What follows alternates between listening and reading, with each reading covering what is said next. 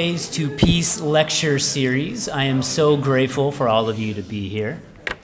My name is Dane Sawyer, and I am a professor in the Philosophy and Religious Studies Department at the University of Verne, and I am very delighted to be one of the collaborators for this Baha'i-inspired lecture series focused on peacemaking on our campus.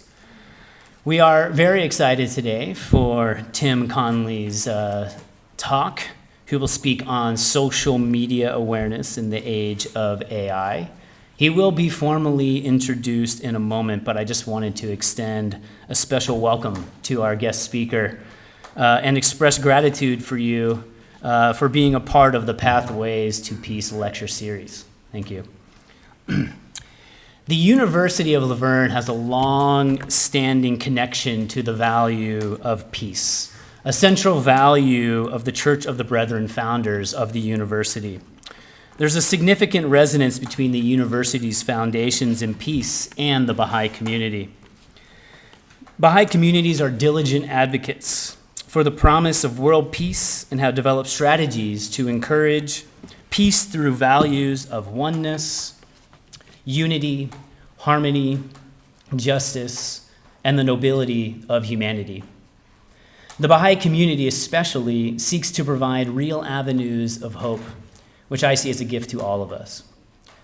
So I wanted to say a thank you to the Spiritual Assembly of the Baha'is of Rancho Cucamonga, who envisioned the creation of this lecture series, and to the Baha'i communities of Southern California, and the Baha'i-inspired organization People for Peace and Prosperity, all who have been collaborators and sponsors for this lecture series.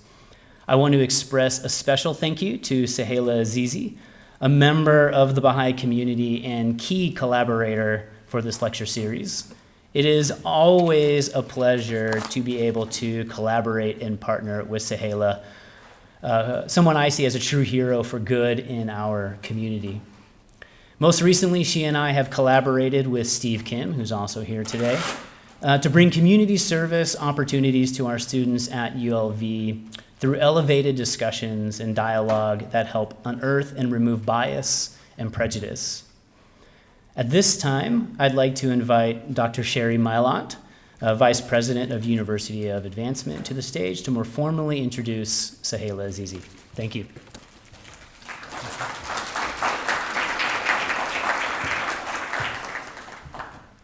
Thank you, Professor Sawyer. Well, good afternoon. Interrupt your lunches long enough? Okay. It's my pleasure to take a moment to recognize someone that I've known for some time who embodies the very spirit of peace and community that this lecture series represents. Mrs. Sahela Azizi is an alumna of the university's College of Law, a distinguished attorney with a thriving law practice, and an active community leader. She has dedicated her life to promoting social transformation, interfaith engagement, youth empowerment, and the creation of peaceful communities. This lecture series was made possible through the vision and collaboration of Mrs. Azizi and members of the committee who initially established the Baha'i Lecture Series endowment with the university. Today, we proudly acknowledge the generosity of Mrs. Azizi and her husband, Dr. Faramars Azizi, for their continued support of the Baha'i-inspired lecture series, Pathways to Peace. Sahela, Faramars, and all the peace-loving communities, thank you for this endowment. Thank you for your vision, generosity, and enduring commitment to fostering dialogue, understanding, and peace. Sahela, please join me on the stage.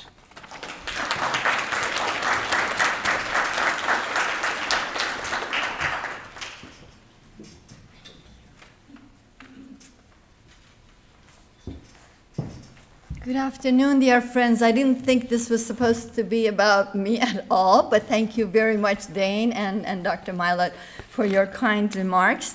I'll be remiss if I didn't mention that this could not be possible, these series could not be possible except for some of the members of the Baha'i community who are here and some of the professors and the officers of this beautiful university who I'm proud to call my alma mater. Dr. Forutan, Professor Forutan is here with his family who've been a very strong supporter of these series. The Baha'i communities of Rancho Cucamonga, Upland, and some of the local communities here have also been very supportive of these series. Departments in the university, from the Office of the President to the Office of Community Advancement with Dr. Mylot and her team, have been so lovingly embracing this idea of pathways to peace. And the Office of the Provost, the Office of the Chaplain, we are new chaplain, Dr. Frost, and the School of Department of Philosophy and Religion with leadership of Dr. Sawyer. These all have been part of this beautiful movement moving us toward peace. And I'm proud to say, as what Dr. Sawyer, Professor Sawyer mentioned, that the vision of the Baha'i faith about peace and the Church of the Brethren and this university is so well aligned that anything we do, we know they got our back, and they know that we got the students' back. This new collaboration has helped us do so much, towards the education with the inspiration and the love for service. This university is proud to give degrees with a mission. So the individuals graduating from this university will become missionaries of life. They will have a calling, and they will be called to serve the community. In that spirit, I really want to encourage everyone here to be thinking of supporting the endowment. It will be helpful to raise the new generation, the next generation of decision makers who will make and choose peace over war and collaboration over conflict. And in that same spirit, I have to introduce our beautiful presenter today, our speaker, Professor Tim Conley, whose life has been dedicated to service and education and empowering the communities through his knowledge, through his experience, and through his art. And you will hear all about that from him and through his presentation. But I also have a few comments to make, and just so that we could get to him talking and not me. So Professor Conley is a professor of film, culture, and media studies at the University, Cal State University in Northridge. He has held adjunct professorships, and he continues to do so at Santa Monica College, but his previous positions in the department chair in the cinema, film, and general education has been at California College of Arizona State University. Additionally, Tim has held teaching appointments at colleges such as El Camino College and Rio Hondo College, and was the director of media and communications for the University of Southern California. As a practitioner, he owns his entertainment, media, television, and film company called 67 Entertainments. I have to say it that way because every time I say he owns 67 entertainment companies, people come and ask, how many and where and what their names. So this one is called 67 Entertainment. He's also an author. He's writing an academic textbook, Politics of Hip-Hop Culture. It is due to be released in fall of 2027, if I'm correct, and if we let him do his writing instead of inviting him all over the place. He is the newest member of the Spiritual Assembly of the Baha'is of the United States. And with all of that he does, he still finds time to come and share his knowledge and his learning with us. And he's also a member of the local Spiritual Assembly of the Baha'is of Los Angeles. He's on the board of Urban Scholar Academy of Inglewood and the Human Relations Council of Santa Monica Bay Area. So without any further delay, it's my privilege and honor to call Professor Tim Conley to the stage.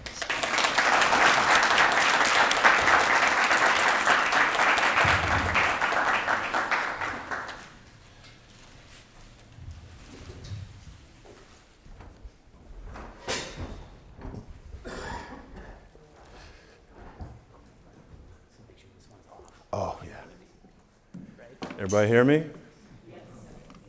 I'm pretty loud anyway, so sometimes the mic isn't even necessary, but I guess maybe in this instance, since we're recording, it is necessary to have a mic. So thank you so much for having me at the University of Verne. I had the pleasure of coming here in the spring for a wonderful discussion and dialogue with some students and some community members and faculty and staff. So administrators, I'm so pleased to be back. So thank you so much for having me back at this beautiful campus. And I got a little bit of time earlier to just walk around a little bit. So I really love this campus. It's so lovely. I've been on so many campuses, and it's always nice to visit a campus and sort of engage with the environment, see how the students are engaging, the faculty, the staff, the administrators. So thank you so much for having me. I want to also extend a thank you to Sohaila and the Baha'is of Rancho Cucamonga and other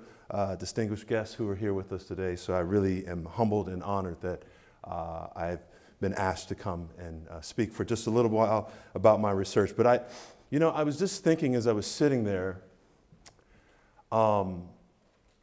just how just grateful, fortunate, and blessed I feel to be here today.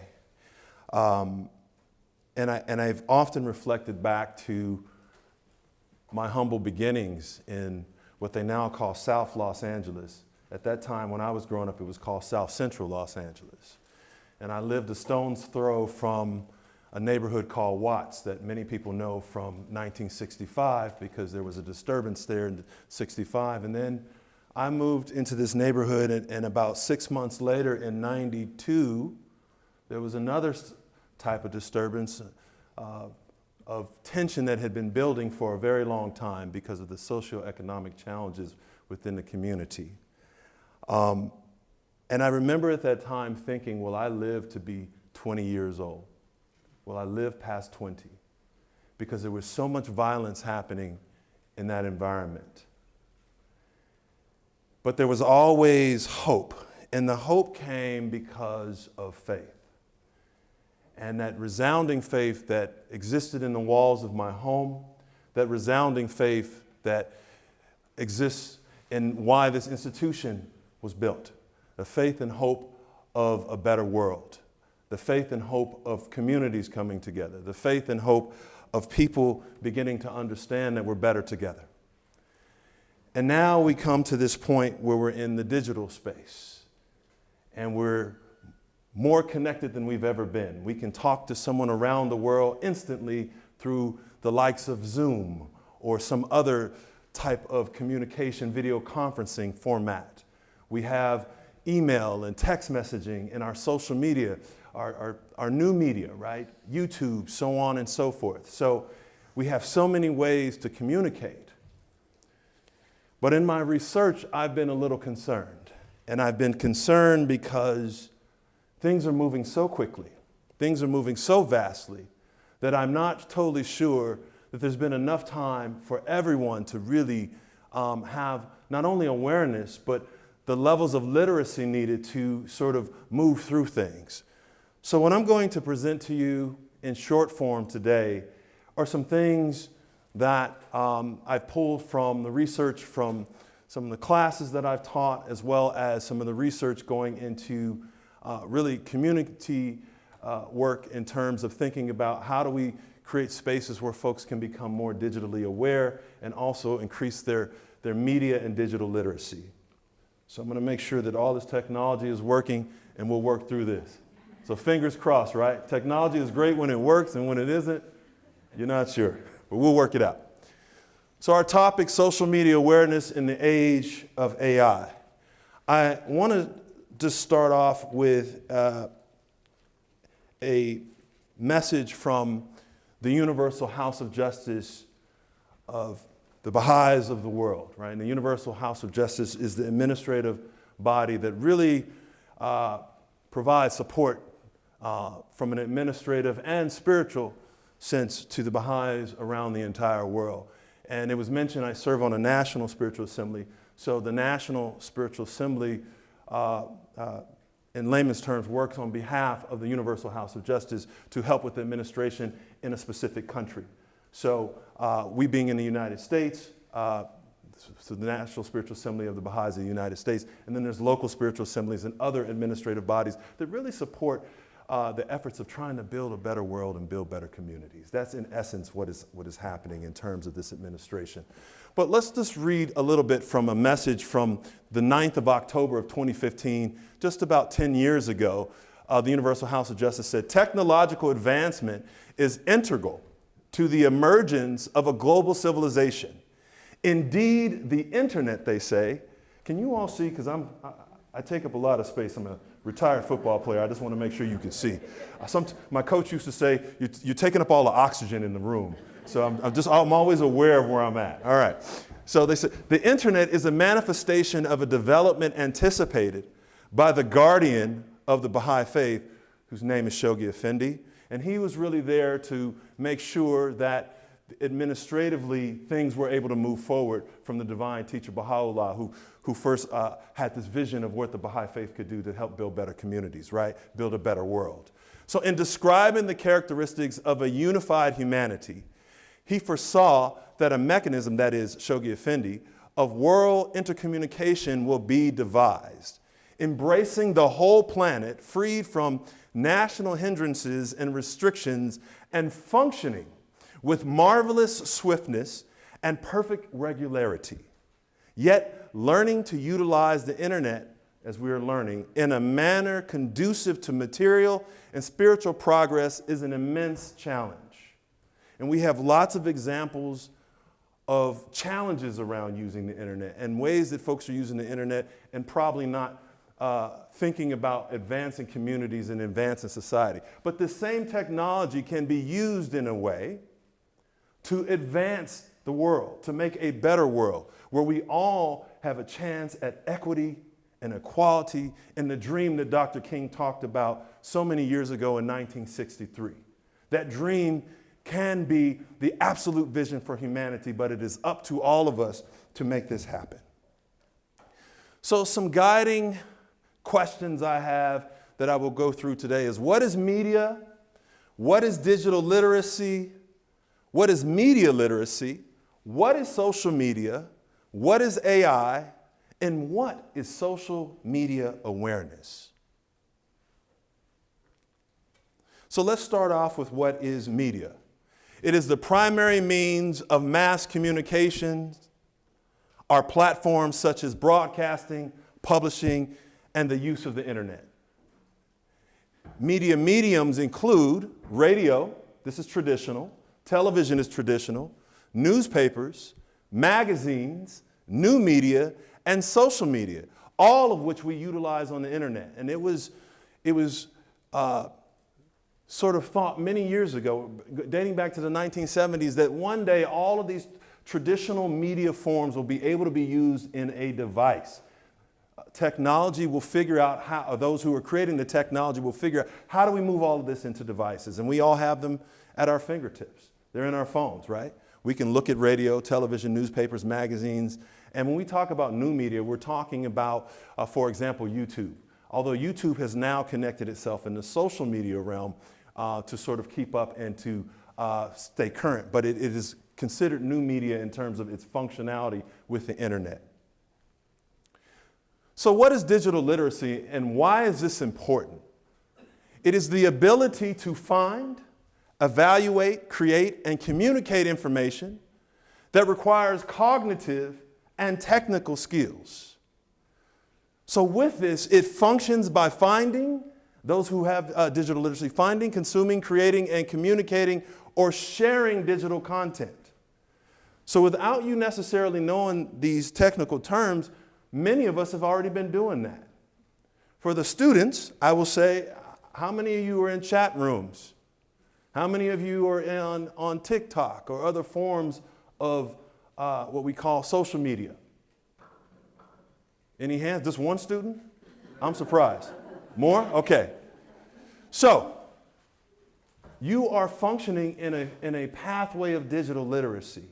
However, the level to which your digital literacy is successful is a little bit of what we're going to talk about today. So without you even knowing it, you are becoming digitally literate by being able to post content or engage with content, and also your capacity in terms of understanding the media and how it functions with all of the media mediums that you use as outlets.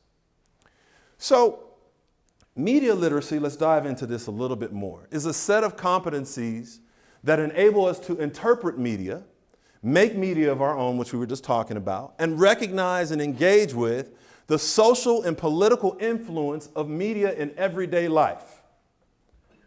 And as you increase your media literacy, you increase your savviness to understand what is going on when you are receiving information.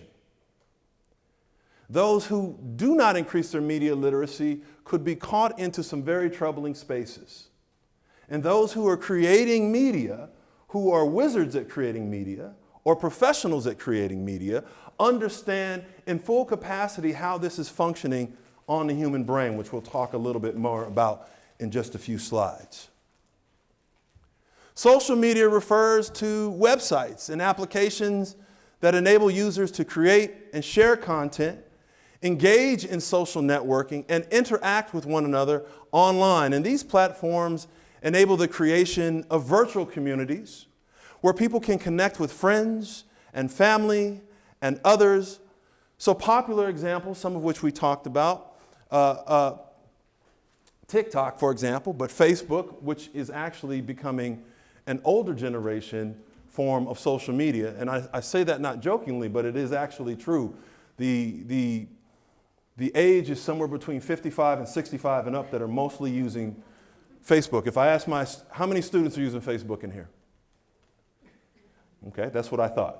Yeah, so students are not, we're on a Facebook group with our family. That's usually the answer that I get. How about Instagram? Okay, Reels or Instagram in general, or both? Both, okay. How about X, formerly Twitter? Okay, few folks. Anyone? By the way, anyone else can raise their hand too. It doesn't have to just be students. I'm just curious who's using these platforms. What about TikTok?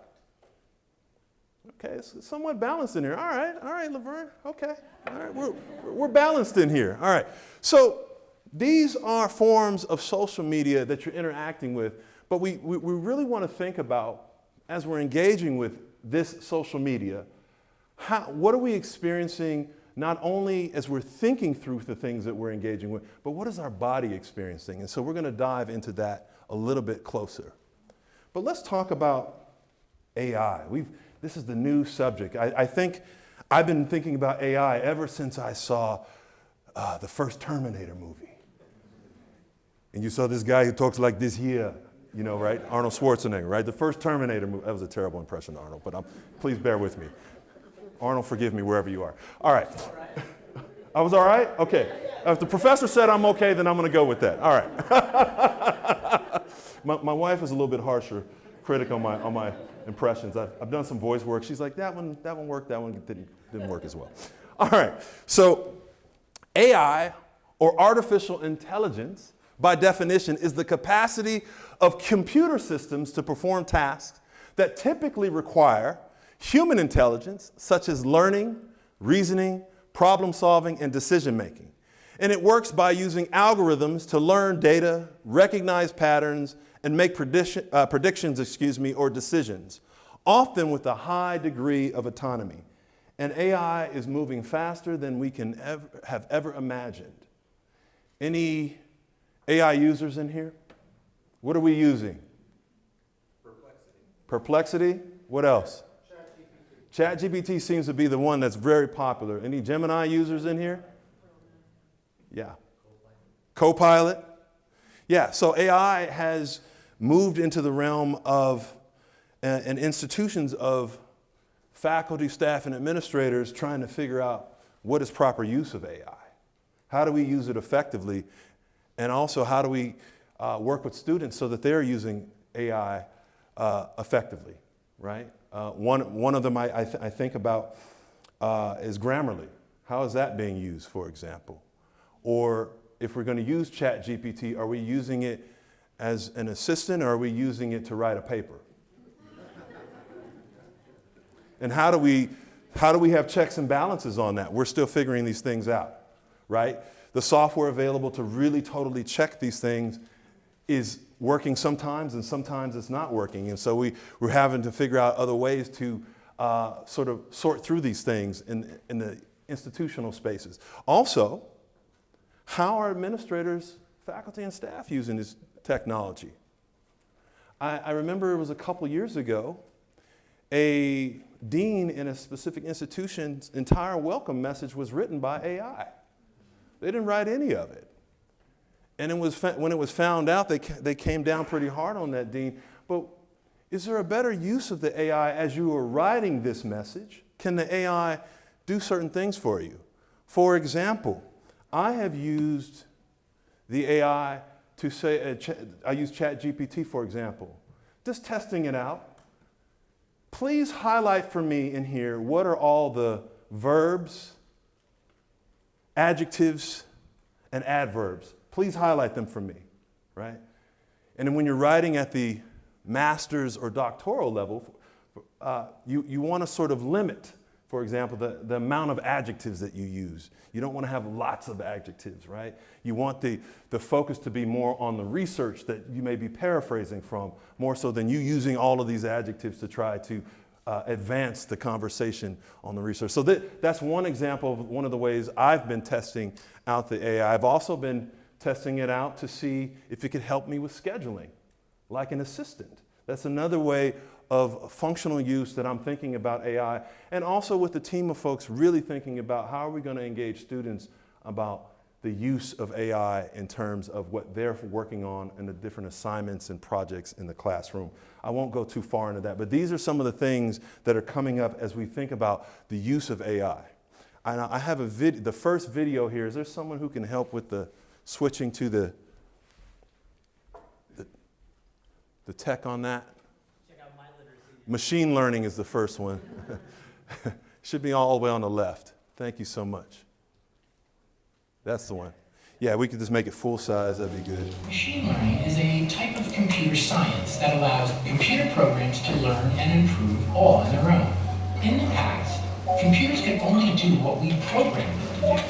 But with machine learning, they can behave like humans and gain knowledge based on their past experiences.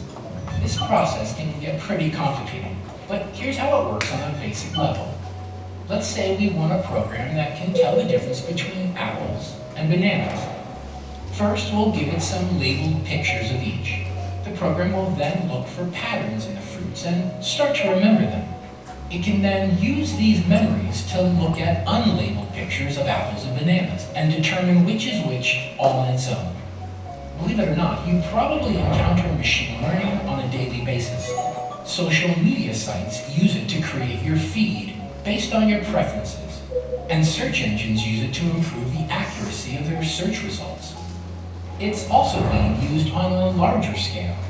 The medical industry is applying machine learning to things like predicting lifespans, organizing patient data, and even diagnosing certain diseases.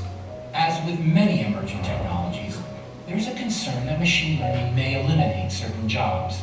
This will vary from industry to industry, but it does have the potential to get rid of or change a number of occupations, including drivers, bankers, and potentially even certain doctors. While it may have some negative effects, many believe that its positive applications will outweigh them. To learn more about AI, check out our website at gcfglobal.org. All right, thanks for that.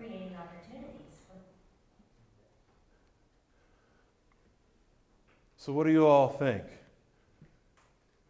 AI good? AI bad? AI should scary? What are our thoughts as we're experiencing this? The AI that sounds to me like how the human brain is functioning. We'll talk a little bit more about that shortly, right? It's trying to learn. It's very useful. So this is what I'm thinking about more, is how is AI becoming an assistant to the things that we're engaging with on a daily basis? How do we use it in a functional way, just as you just explained, to be an assistant versus using it to cheat a system in some way? So how do we use it as an assistant versus using it to cheat? This is constantly what I'm thinking about in terms of the research. What are the different types of AI tools that we can create sort of spaces for faculty development, or create spaces for staff development, or create spaces for students to develop and really learn how to use AI in the most functional way as they're engaging with all of these platforms, right? So let's talk about social media awareness for just a moment. It is the conscious understanding of the impact and implications of our actions on social media platforms. So it's you being consciously aware of how you are functioning on these social media platforms. I spend a lot of time doing research and observing how folks are engaging with social media, especially when there is a subject that has a headline. In the old days, this would be a newspaper headline to get your attention, but now we see this on social media, right? Facebook, Instagram, etc., right? We see these headlines. Folks oftentimes are moving so quickly, they may not even read what's in the actual message, and then they start commenting. Or they see short form visual media, doc shorts or short videos, and they start commenting. That has a lot to do also with our literacy and awareness of just what is going on. And some of this is happening chemically in the body, and individuals are not even aware. So social media awareness involves being mindful of the content we consume, share, and engage with. And in fact, one of the things that I'm working on right now is I'm working with a group called Shiny Gems, and they're based on the East Coast, but they have an entire educational sort of online series of classes and instruction and ways to work with students in K-12 right now.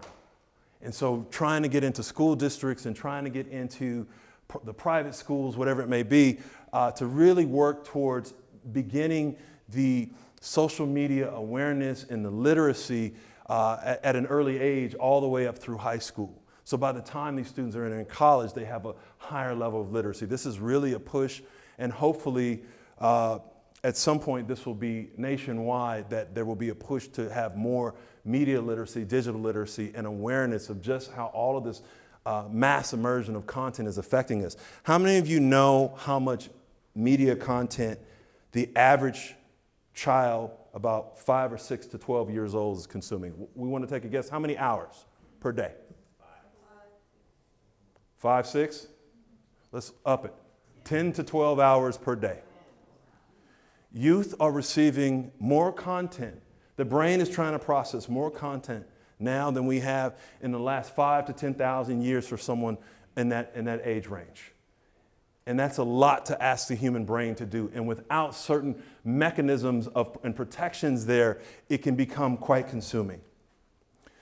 So social media awareness is also beyond personal use. It is encompassing the broader societal effects of digital interactions. So I want to move and talk about these 3 subjects really quickly, which is misinformation, disinformation, and malinformation.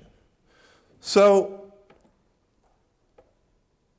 malinformation is the false or inaccurate information in getting the facts. Misinformation is the false or inaccurate information getting the facts wrong. Disinformation is false information which is deliberately, right, intended to mislead, intentionally misstating the facts. How many of you have seen things on these media platforms that do these things? Misinformation and disinformation. Giving you information that is not based in fact. It is based in some facts that they are saying are fact, but they might not be facts. Here's another one that I think might be the most dangerous of them all. Malinformation is the malicious use of genuine factual information to cause harm. And unlike misinformation, which is unintentional, or disinformation, which is completely false, malinformation takes a kernel of truth and manipulates it by removing context, exaggerating details, or selective editing to mislead and deceive. And that is happening all the time in content, whether we are aware of this or not. And this is affecting our bodies. It is affecting our brains and it is affecting our bodies. And this is why it is so important to increase your literacy around media and digital content. Because these three right here are being used by individuals who know they're deliberately doing the wrong thing to mislead individuals all the time and create problems. And what it also does is it does the very opposite of what I was talking about earlier, or what this institution was founded on, right? So building unity, building community, bringing people together. When this happens, this is the cancer to that. And this we must be aware of in how we're engaging with content and how we're engaging with communities and society. So as we're coming to very short in our time here, as users, we want to recognize personalization and be aware that AI algorithms tailor your feed based on your past behavior, which sort of can create filter bubbles or echo chambers where you are only exposed to similar viewpoints. So this is something to be aware of. And one should manage your data and well-being, which is being conscious of the personal data collected to personalize your experience and consider setting boundaries to maintain a healthy relationship with social media. So one should also participate in ethical practices to ensure brands' use of AI content and messaging is respectful and inclusive and for society. And one should focus on authenticity and trust as we are in a world with deepfakes and AI-generated content. It's crucial to be transparent, and tools and systems are emerging that provide information about the source and history of content to build trust. So I'm just going to skip through a few slides here because we're short on time. So I want to talk about the brain. The brain is an operating system. Think of your brain like a digital operating system, i.e. like an Apple product or an iOS operating system. And the reason I want you to think about that, and I'm going to come back to this slide in a moment. Thank you so much. The first thing that happens in the human brain is called meaning matching. We talked about how AI is doing this, but it's based off of what the human brain does. So in the human brain, it reviews its storage to identify, match, and make meaning of the information it's receiving. And this process allows us to understand and make sense of the world around us. So it is constantly doing this without you thinking about it. So it's matching to make sure that it can make sense as what you're seeing, what you're hearing, what your senses are experiencing. This is happening instantaneously. It also does this process called meaning construction, which is how the brain actively creates understanding from sensory input and existing knowledge involving dynamic processes such as navigation, imagination, and memory. So it will construct meaning to something if it does not have something in its memory bank from previous engagement. Here's the problem. Let's go back. Your brain is an operating system. It functions, we're going to use an example like an iOS on a phone. That's the operating system of the iPhone, for example. If you are using an iPhone from the year 2015 trying to get it to function with today, do you think it's going to function very well? Especially as they start updating, it starts slowing down, right? There are some individuals in this world whose operating system, their brain, is functioning in the past. It is not moving forward, and they're trying to engage with the world of today with an operating system of the past. We can go back 100 years ago, for example. Let's talk about the brain and what was considered okay.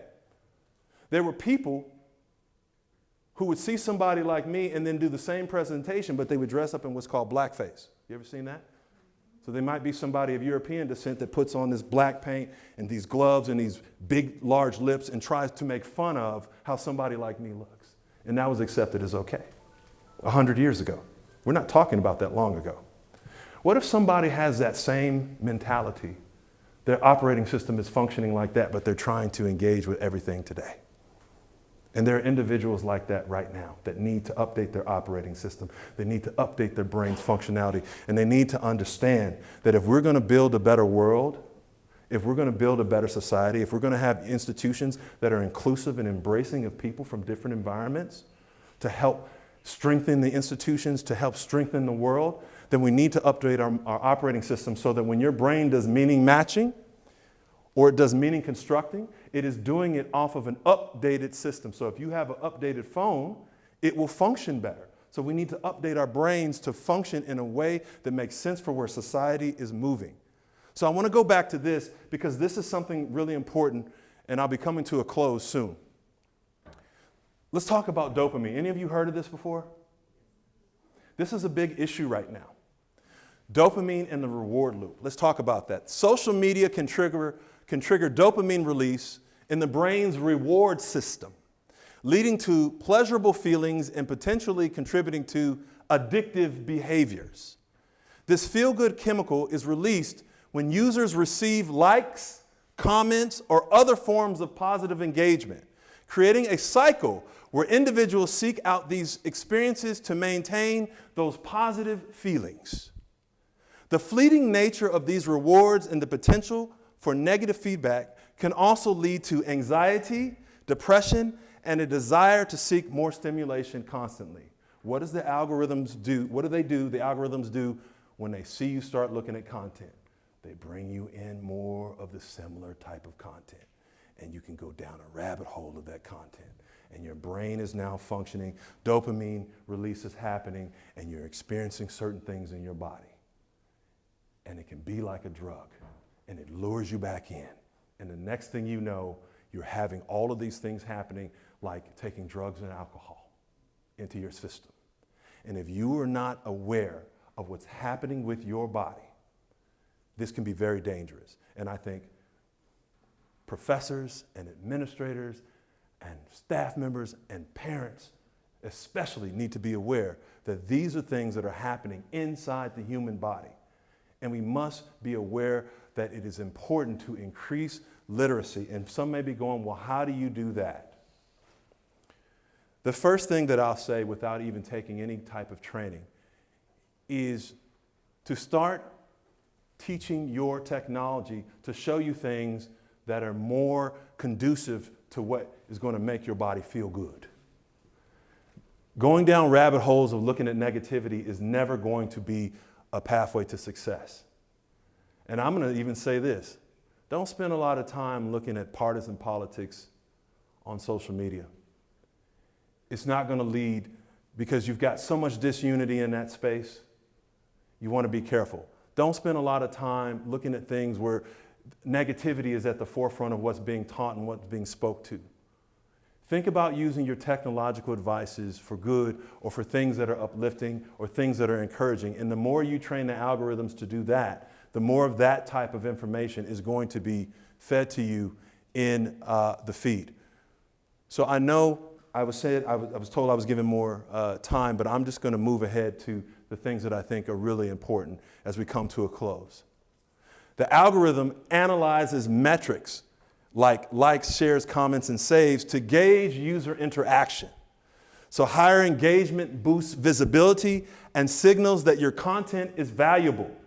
So this is why I said what I just said. You need to teach the algorithm what you want to be exposed to in a more consistent manner. So know your audience and platform. Who is your target audience? Understand who you're trying to reach for those who are creating content or being exposed to it. Consider demographics, interests, and the type of content that resonates. So for those of you who are posting videos, these are things to consider. Those of you who are receiving it, you might want to consider this too. Who's the audience? Who are they trying to engage with in this specific platform? And is it doing it for good, or is there a problem? For those crafting content, craft effective content.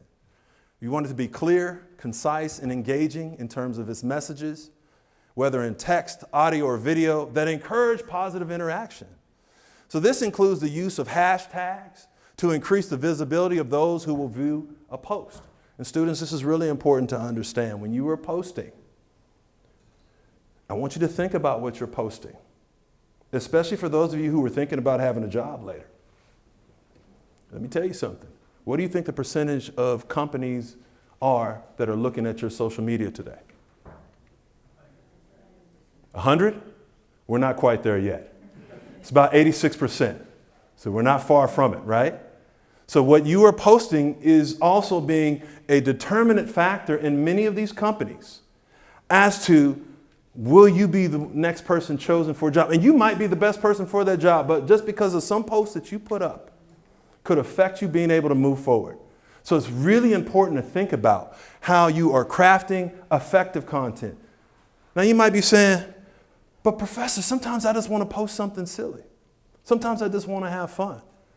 But I really want you to think about and deeply engage with how that's going to impact society and the communities that you're engaging with.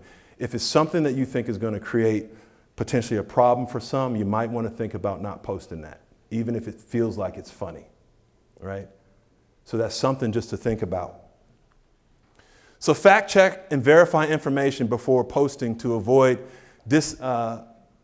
dissemination of misinformation. We talked about disinformation, malinformation. Transparency is essential. Be honest and authentic in your communication. Respect the privacy of individuals and protect sensitive information. So be cautious again of what you post. I'm going to conclude on this. Be mindful of your comments. It is of utmost importance to engage in a practice of forbearance unless your comment is adding to a space of unity and love. The divine teacher of the Baha'i faith, Baha'u'llah, said, "Show forbearance and benevolence and love to one another. Should anyone among you be incapable of grasping a certain truth or be striving to comprehend it, show forth, when conversing with him or her or them, a spirit of extreme kindliness and goodwill. Help him to see and recognize the truth without esteeming yourself to be in the least superior to him or to be possessed of greater endowments." So here's what I'm going to take from that. Just because you know some information doesn't mean you have to spout it out. We don't have to show up somebody just because, oh, no, that's not it. This is what it is. We don't have to do that. Sometimes you need to have a little forbearance. Read the room. Read what's happening on social media. We don't have to comment on everything. We don't have to be the loudest person in the room. The greatest advice ever given to me by an elder was be humble. Be humble in what you do and who you are. You're not bigger than anybody else in the room. And always remember that. As you engage with content, as you're immersed in this world of AI and social media, these are just a few things I wanted to bring awareness to. As we work to increase our media and digital literacy, these are some things I wanted to bring awareness to. I certainly don't have a semester to take you through all the steps, but I'm certainly happy to share my contact information with anyone who wants to learn more about awareness around the use of AI, the use of social media, and becoming more media literate, digital literate, and engaging with one another. And I only ask one thing of you all before you leave today. Be kind to your neighbor right next to you. Be love. Thank you.